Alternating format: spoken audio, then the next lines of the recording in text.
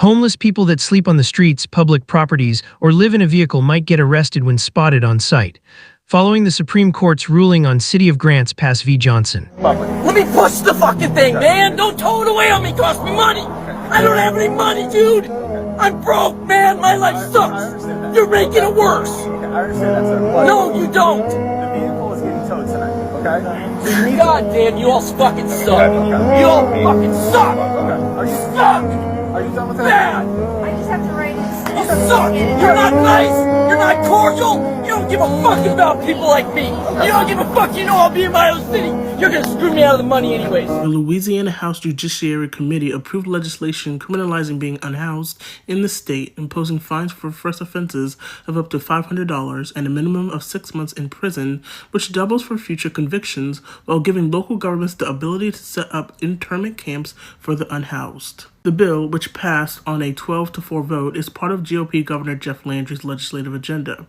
Landry has long been hostile towards the unhoused. In 2025, his administration used armed state agents to round up unhoused New Orleans and force them into internment camps so wealthy visitors to the city for the Super Bowl wouldn't see them. Representative Debbie Villio titled House Bill 211 the, quote, Streets to Success Act, and during committee debates, she sought to paint the bill as an act of compassion, downplaying the fact that it would make not having a home a crime.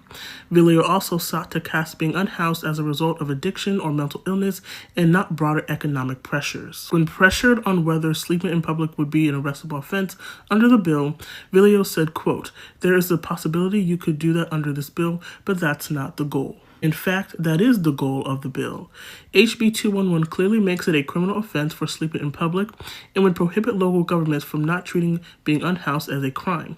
According to supporters, the bill is based on an anti-unhoused ordinance implemented in Portland, Oregon, though it imposes significantly harsher penalties. Homeless individuals will be given the option to leave their encampment, to be taken to a homeless shelter, to be offered addiction or mental health services, and if they refuse, they will be susceptible to fines or to jail time. Again, these are pre-existing laws that are already on the books. They have not been enforced, which is part of the reason for this federalizing of the National Guard, to bring in this assistance for law enforcement. While we are targeting criminals and trying to remove criminals off of the streets, we also want to make DC safe and beautiful, and that involves removing mentally disturbed individuals and homeless encampments as well. This right here, like I've stated, you guys, is an attack on the homeless and those who are mentally disabled here in the United States of America.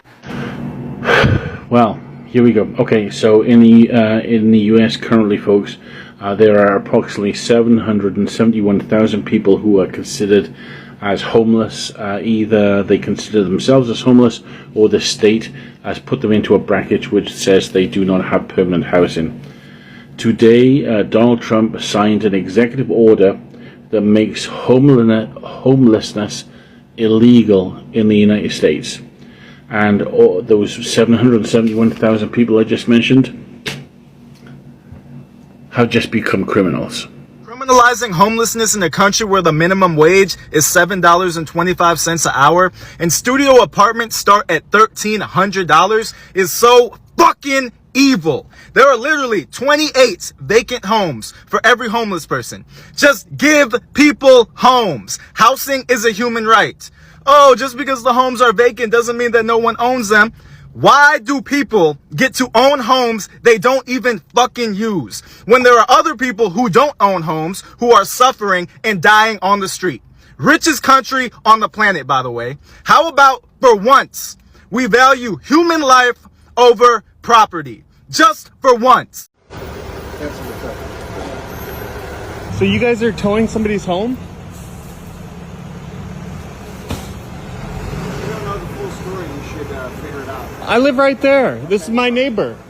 I know he's been living here. I just don't think it's right to tow somebody's home. I mean, the mayor's trying to ensure that people get off the streets, not onto the streets.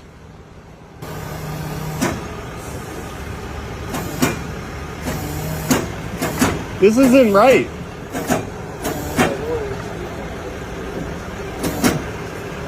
This is not right. Hey, this is somebody's home. This is someone's home. They live in this van. you can't just tow somebody's home. They live in there. What's that? You want to help? What do you buy a new truck? New truck? With insurance, yeah. No, I just don't think it's lawful to tow somebody's home. I don't think it's right to tow somebody's home. You want to have a conversation, you can have a conversation with me, okay? I'm making a statement. I'm already recording. I'm making okay? a statement. So don't be aggressive with me. I'm not. I'm on my bike. Okay? You can back up. I'm in the bike area. I'm recording as well. I'm in the bike. Then you can point your camera downward and you can see that I'm in the bike area. Kelly, I think you should get back in the van. He can't tow it if you're in the van. I'm going to work with them, okay? That's what's up. Go ahead. That's fine. I'll give you a second. You're going to have to follow instructions for MTA. Because I'm overruling their decision. Their decision is for you to move it. He just arrested a 90-year-old man for feeding the homeless. I started it 1991 when I lost my beautiful wife, Maureen. Every Wednesday for 24 years, he fed 150 people in her name until Fort Lauderdale made it illegal, but he kept doing it anyway. I have now broken the law over 100 times and I intend to continue. Just a PSA, I will be one of those people that will feed someone out in public. I'm not going to walk past or drive past a homeless person knowing that I can help. I don't give a ticket me. Because you know what's so funny is that the United States is actually basically one of maybe 2 countries that were like, oh yeah, food's not a right. Because if I see someone hungry or if I see somebody needs something, I'm on food stamps myself. And if I have extra, I'll do what I can. This is the most disturbing and alarming piece of information I have ever had to share. Trump just signed an executive order criminalizing homelessness and directing states to institutionalize individuals with mental health disorders and substance abuse disorders. This is not a joke. The ACLU is all over this. I don't know why this isn't on every single news outlet. Share this information with absolutely everybody and anybody you can. This is truly unimaginable. The name of this executive order is Ending Crime and Disorder on American Streets.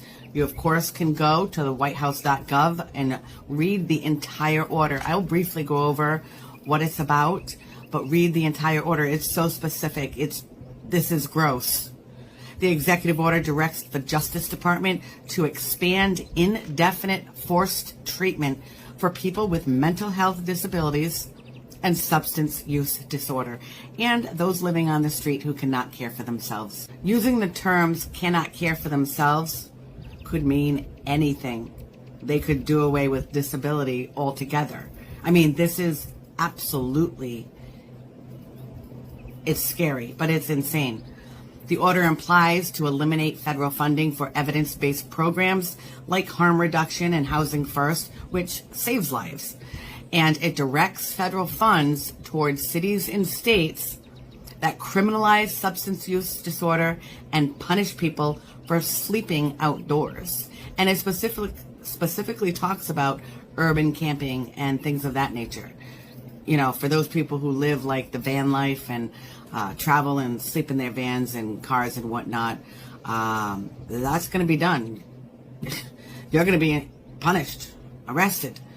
The order also calls for increased federal data collection on unhoused people and those with mental health disabilities. This is extremely alarming. I mean, like I told you, the ACLU is all over this, but instead of funding services and support, this administration is prioritizing profiling and control. This is what Trump's homeless plan actually looks like. Utah is building a 1,300-bed camp for homeless people, and advocates are calling it what it actually is, a forced labor camp. It's being built to enforce Trump's new executive order on homelessness, the one that threatens to cut funding from states unless they start criminalizing homeless people sleeping on the streets. The facility will sit on 16 acres of land outside Salt Lake City. State officials are calling it an accountability center.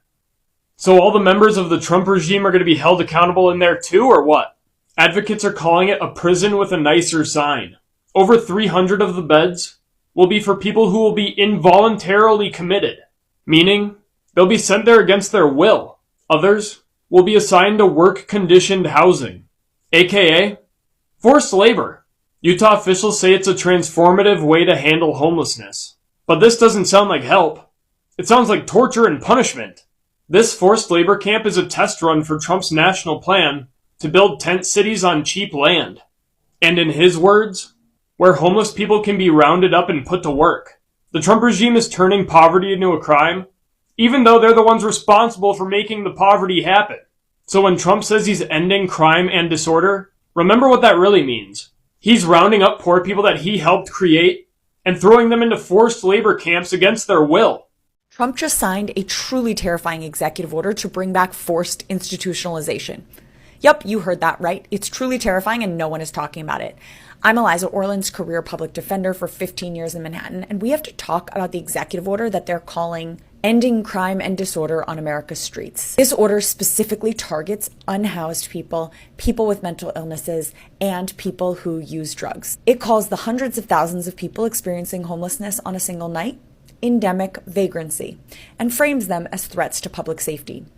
Trump is using fear to justify locking them away under what he calls civil commitment, aka forced confinement. Here's what the order actually does. First, it directs the Attorney General to overturn federal and state court decisions that protect people from involuntary confinement, essentially gutting due process rights that took decades to secure.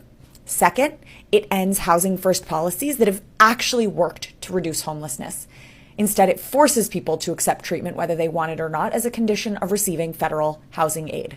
Third, it prioritizes federal grants for states that enforce bans on urban camping, loitering, and squatting, aka criminalizing the simple act of existing without a shelter. Fourth, it expands civil commitment to anyone deemed a danger to themselves or others, or who cannot care for themselves. Language so vague, it could quite literally apply to anyone experiencing a crisis. This is not about safety or compassion. The order literally says the goal is to protect public safety by removing people from public view. This is about control, criminalization, and disappearing poverty, not solving it. Cities can now legally ban outdoor sleeping even if shelters are completely full. Because of this, states like Florida and Texas have passed strict sweeping laws, and many cities use overnight parking bans to ticket and tow vehicles used for shelter. While police usually start with warnings or citations, these turn into unpaid fines and warrants, leading directly to arrests on site. It has taken to another gotten to the stage where feeding the homeless might put you in a situation where you'll feel bad for doing so. Cities are using public health and permit codes to restrict food sharing, handing out massive fines to volunteer groups like Food Not Bombs in Houston, or even arresting volunteers, which creates a painful situation where trying to show basic human compassion makes you feel like a criminal.